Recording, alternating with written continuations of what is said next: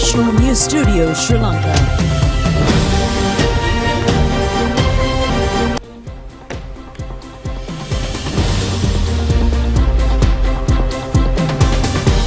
Pleasant evening and a very warm welcome to the National News Broadcast. We are coming to you live from Rupavahini's News Studios. I'm Delanjali Ananda. A very good evening indeed. I'm Charita Minipurarachi, and let's move on to the headlines for tonight's news.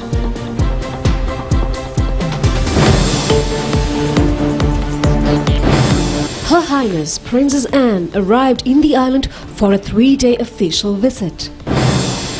Water levels of many rivers, reservoirs and irrigational tanks increased. State Minister of Finance says prices of goods have not increased by the VAT as anticipated by the opposition. President Ranil Wickremesinghe is the UNP candidate for the next presidential election. An armed gang stormed into a live telecast in Ecuador.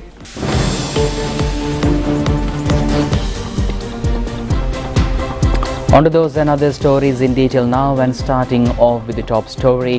Her Royal Highness Prince Anne arrived in the island today for 3 days official visit. This visit has been organised in line with the 75th anniversary of Sri Lanka and British diplomatic relations.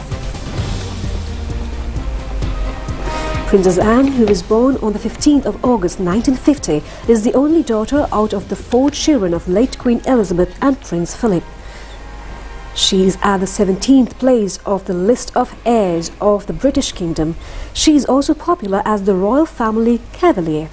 She has also joined the military service and promoted up to the Admiral of Royal Navy, General of Royal Army and Air Chief Marshal of Royal Air Force. She is active philanthropist and a member of over 300 social welfare and charity organizations. Princess Anne is accompanied with her husband, Vice Admiral Sir Timothy Lawrence, and 6 other royal representatives.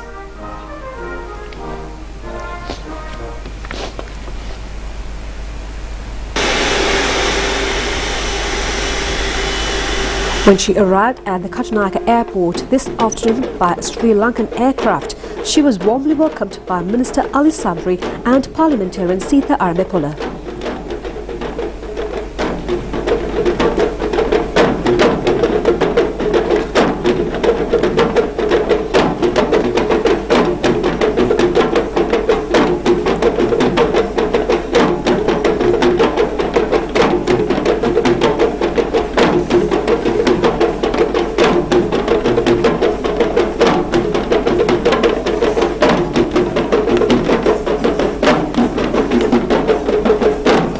The welcome ceremony was colourful with dances performed by school children of Katunayake and surrounding areas.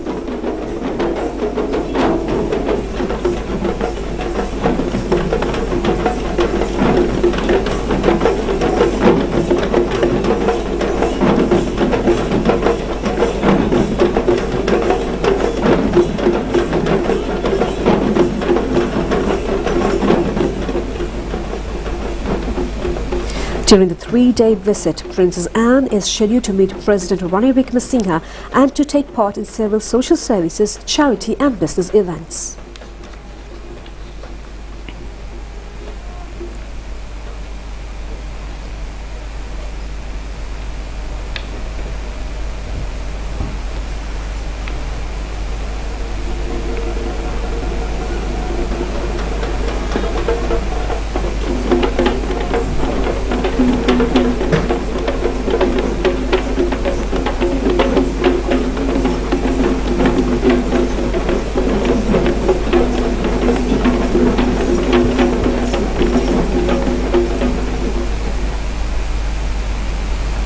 And meanwhile, a landslide occurred at the Uduvara 7th mile post area in Haliala along the Colombo-Badulla main road, completely disrupting the vehicular transport. The district disaster management unit says that he has not yet been returned to normalcy. An earth mound has fallen onto the road due to heavy rains experiencing in the area. The disaster management unit says the road repair work has become very difficult due to heavy rains.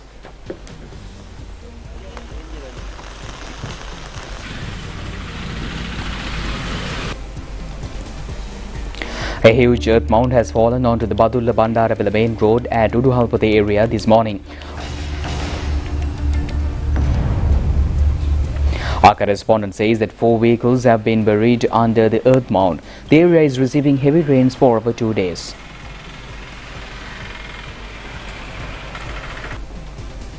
Kallala to Manampitiya segment of the Batikulopulo main road has been closed for vehicle traffic until further notice due to opening of the spill gates of the Parakrama Samudra. Spill gates of the Morakahakanda and Kavdula reservoirs have been opened again this morning. Due to heavy rains prevailing in the Polonnaruwa district from the Kavdula reserve, a water flow of 1,350 cubic feet per second is released to the Kambilia Oya. The Irrigation Department informed the people living in close proximity of the river to be vigilant on the rising water levels. From the Morakahakanda reserve, an overflow of 1,000 cubic feet per second is released. All spill gates of the Kantala reservoir were opened this morning. A water flow of 2,000 cubic feet per second is released to the Kantala channel at present. The Irrigation Department requests the public to not to bathe in this area. Handapangala reservoir is also overflowing at present due to heavy rains in the Ballaboy. Handapangala road is now underwater.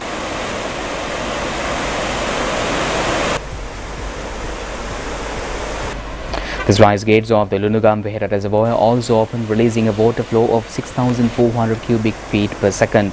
The officer in charge of the reservoir informs the public to be vigilant over the rising water levels. It is reported that 75% of the entire area of the Yala National Park has been submerged due to prevailing heavy rain. The major cause of the floods is opening of sluice gates of the Veherakala reservoir and overflowing of the Manikganga river. The main access to the Palatupana zone of the Yala National Park has been closed since yesterday due to floods.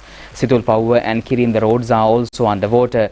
Only the Katagamuwa road access is open for the tourists at present.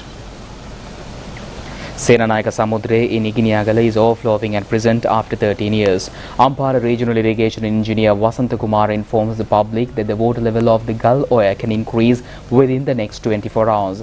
Meanwhile, the irrigation tanks of the Panlagaba, Ekalgoya, Namaloya and Pallan Oya are also flowing at present to the access water levels of Gull Oya River. The Governor of the Central Bank, Dr. Nandalal Veerasinghe, says that an agreement will be signed with the commercial creditors for Sri Lanka's debt sustainability within a period of 2 months. The governor says that the country expects to maintain economic stability during this year, maintaining the inflation at a 5% level. In relation to external debt restructuring, an agreements in principle was reached with the official creditor committee and also with the Exim Bank of China for debt restructuring. At the meantime, good faith negotiations are continuing with other creditors, other commercial creditors, to reach an agreement in principle earliest possible within the next couple of months. Earlier, in line with our monetary framework, policy actions of the central bank would continue to be directed towards achieving its primary objective of maintaining domestic price stability while facilitating the economy to reach its potential growth. Monetary policy actions would aim at maintaining CCPI-based headline inflation at 5%. As agreed to the government under the monetary policy framework that we signed last year for next 3 years.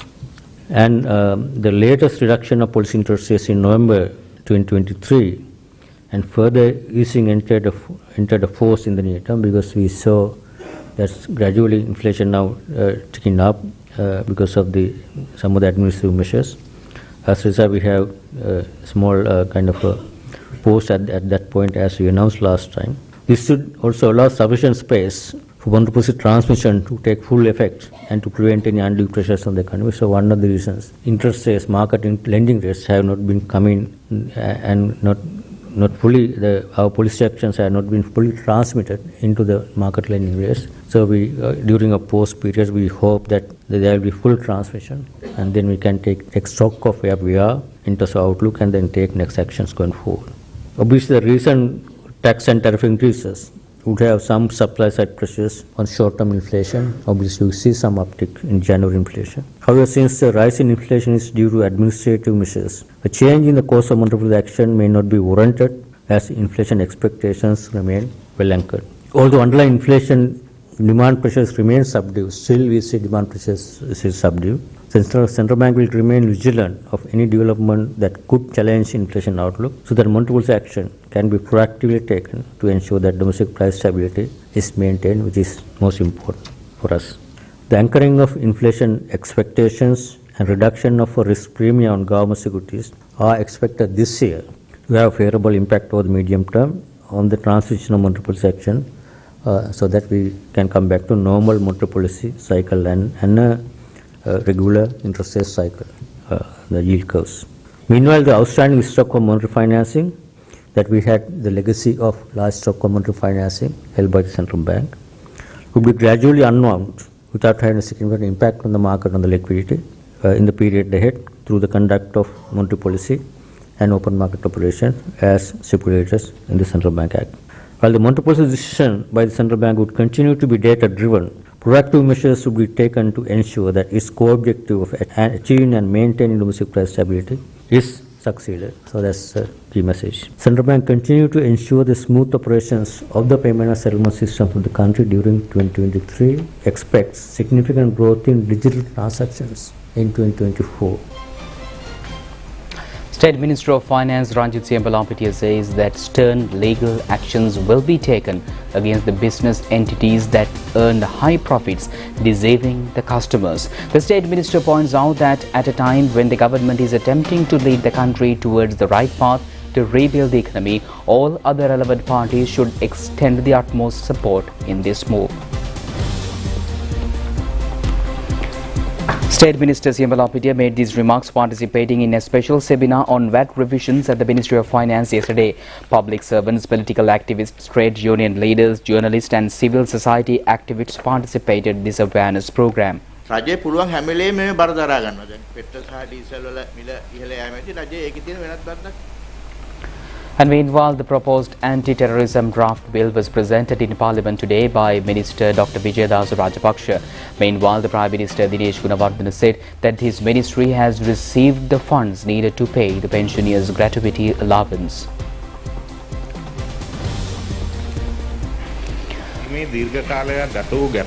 Parliamentarian Jagat Kumara questioned whether the government has allocated funds to pay the long-delayed pensioners' gratuity allowances. Prime Minister Dinesh Gunawardena said that country faced a financial crisis and due to the reason the payment of gratuity allowance was delayed.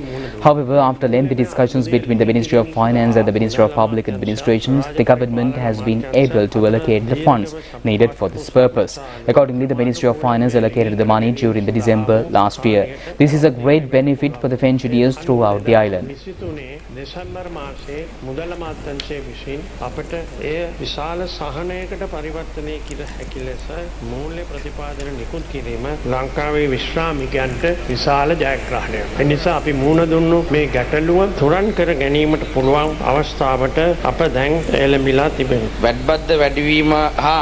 SJB parliamentarian S. M. Marikar said that due to the VAT increase, monthly expenditure for a family of 4 members has rapidly increased. The government should take measures to support the families who have been affected due to the VAT increase.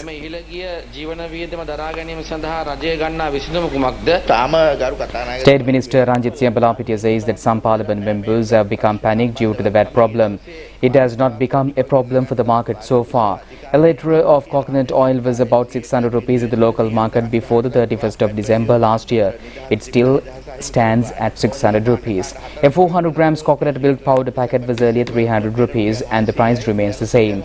An egg was sold at 60 rupees earlier, now it has decreased up to 52 rupees. A kilo of brown sugar is still 365 rupees. 400 grams of milk powder packet was 1008 rupees. It is still the same.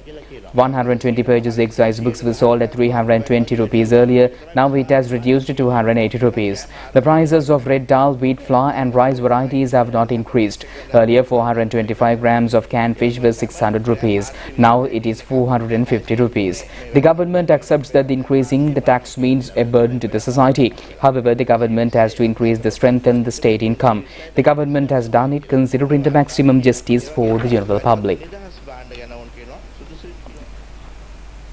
The book I Am Austin, authored by Austin Fernando, a former presidential secretary, was presented to President Ranil Wickremesinghe at the Presidential Secretariat yesterday. Serving as both an autobiography and a commentary on public service and political activism, the book intervenes Mr. Fernando's experiences in public service with reflections on the intricacies of political engagement. Austin Fernando, known for his multifaceted roles in contemporary Sri Lankan history, notably held the position of Secretary of the Ministry of Defence during the years 2001 to 2003 ceasefire agreement and later served as the President's Secretary from 2017 to 2018. His involvement in high-profile responsibilities within the public service and participation in private and international corporate functions make him a first-hand witness to some continuous events in Sri Lanka's political history. Offering a unique perspective, I Am Austin unveils aspects of Sri Lankan political and administrative realms that often remain undocumented in mainstream media or other sources. The book serves as a window into the unexplored truths of the country's political landscape, shedding light on the intricacies, vulnerabilities and complexities inherent in human nature within the realms of government and diplomacy. In essence, I Am Austin stands not only as an autobiography but also as a timeless social discourse. And meanwhile, Minister Shehan Semasinghe says that the number of Aswasuma beneficiary families will be increased up to 2.4 million, considering the existing income difficulties for the people. He said that the relevant proposal will be presented to the Cabinet under the guidance of the President.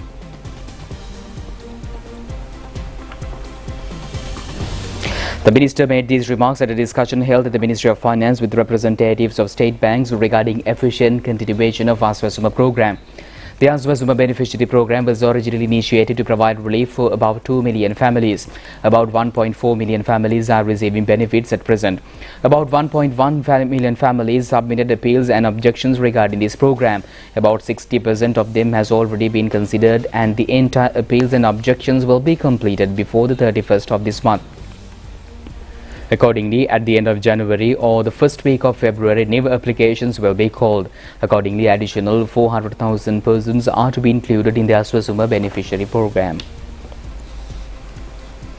And 999 suspects have been taken into custody under the Yuktiya operation conducted within the last 24 hours ended at 12:30 am today. Out of them, 2 suspects have been detained for further questioning and 26 drug addicts have been directed to rehabilitation centres. Under the Yuktiya operation, public transport buses and the commuters are also checked. Such a check-up was conducted at the Orugodawatta flyover bridge targeting the long-distance buses. Veerakatiya police conducted a raid at Kochipotana area in Kataragama area and destroyed about 2 acres cannabis cultivation. Police have also arrested a suspect with dried cannabis packets ready for sale. Tangal police also conducted a raid and arrested 24 suspects. The police have also seized a stock of heroin, cannabis and illicit liquor. Police checked vehicles in Kalavanchikudi and Vellavali areas yesterday with the help of police dogs. Giriola police has arrested a couple travelling on a motorbike and found about 7 grams of heroin in their possession. Now, views are expressed regarding the next election and the VAT revision at several media briefings held today. Member of UNP Kitsiri Manjanayaka said that the management committee of UNP unanimously or anonymously agreed to name President Ranil Wickremesinghe for the upcoming presidential race.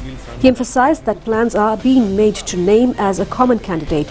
He said that discussions are underway with other parties supporting United National Party and civil society to make him the common candidate and to save this country and prosper economically.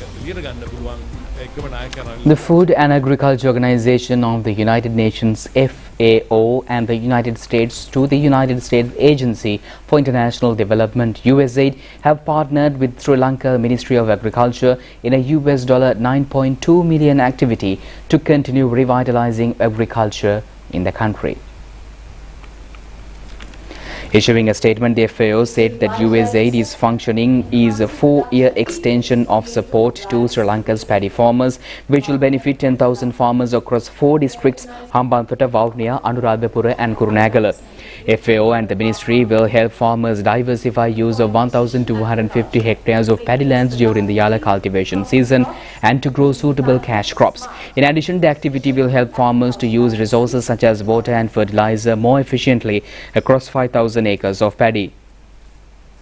The funds will also help to establish streamlined supply chains to ensure timely availability of supplies and machinery to farmers at affordable prices. The project builds on the United States 2022 donation of 36,000 metric tons of triple superphosphate and 9,800 metric tons of urea in the bids of the country's economy and food secure blazes, which FAO and the Ministry of And meanwhile, Palith Range Bandara has been re-elected as the General Secretary of the United National Party. He was re-elected unanimously at the UNP Management Committee meeting held yesterday under the patronage of Ranil Wickremesinghe. Palith Range Bandara did not take part in this meeting due to an illness, and his appointment letter was accepted by the Chief Executive Director of the party, Shamal Shenarath. He handed over the letter to Palith Range Bandara today.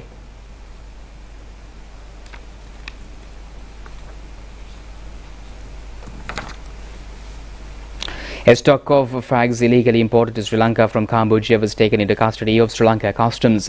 According to the 40 million cigarette stock is worth nearly 400 million rupees. Meanwhile, the customs has also seized a stock of cigarettes imported illegally from Dubai.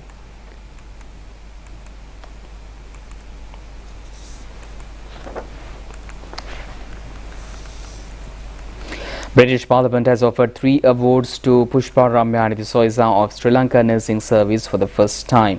Accordingly, a ceremony has been organised by the Public Services Nurses Union at the Abhyarama Temple in Narayempita to felicitate her service. Venerable Buruthettuwe Anandathera, Minister Dr. Bamvulu Gunawardena and a large gathering were present at this occasion.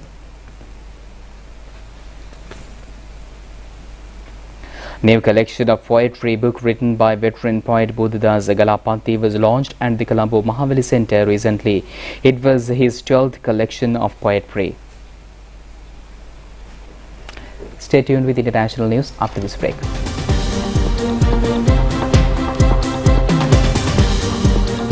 பொன்னான லட்சியங்களுக்கு உங்கள் தங்கத்தை மக்கள் வங்கியில் வைத்து அவ் லட்சியங்களை பெருமிதத்தோடு நனவாக்கி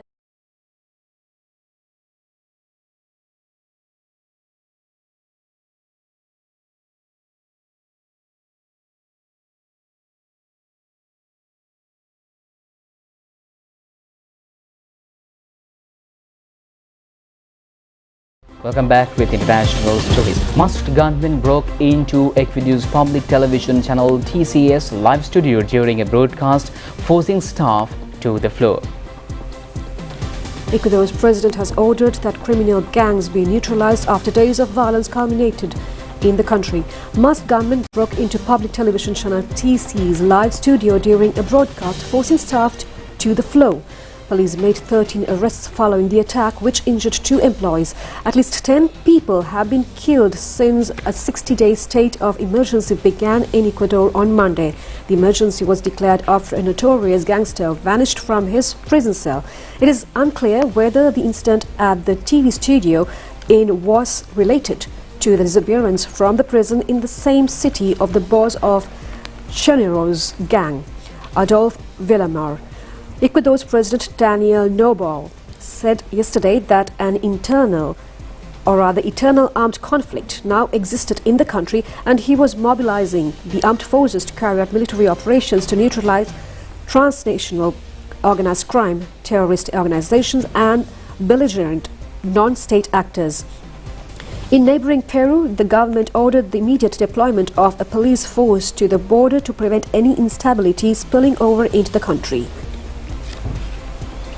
South Korea's parliament has voted to ban the production and sale of dog meat in a decision campaigners held and a historic victory for animal welfare.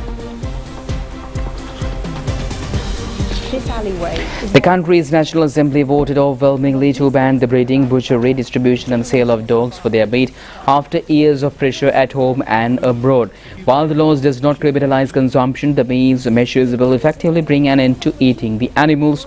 a practice some say stretches back centuries. The ban, which passed with 280 votes in support and 2 abstentions, will be enforced in 2027 after a 3-year grace period. Violations will face up 3 years in prison or a maximum fine of 30 million and won't. Media reports say that the law includes compensation packages to help businesses to move out of the industry.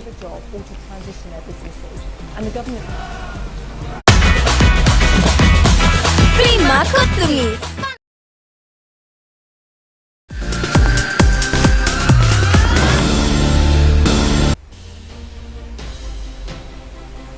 Sri Lanka Cricket announces that visitors can watch the third and the final ODI against Zimbabwe, which will be played tomorrow at the R. Premadasa grounds free of charge.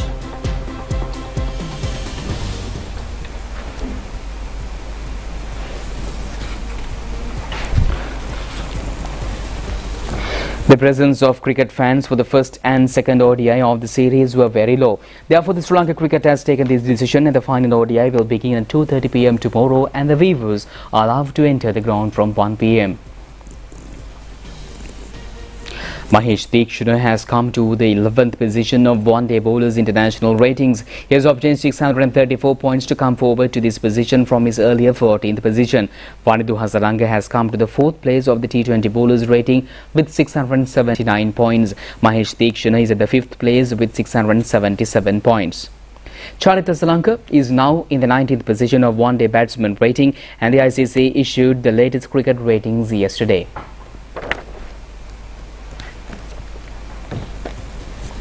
Sri Lanka Cricket distributed bowling machines to school island-wide district cricket associations yesterday. Accordingly, 22 schools in Colombo, Gampaha, Kurunegala, Kandy, Kalutara, Gool and Mathura districts were provided with bowling machines.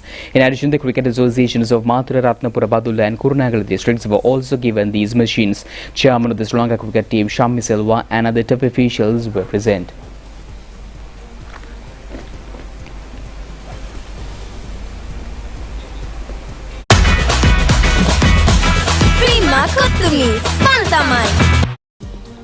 And that's all the news we have for tonight. Join us tomorrow at the same time for the very latest on Channel I. I'm Vilanjali, together with Charita Sani.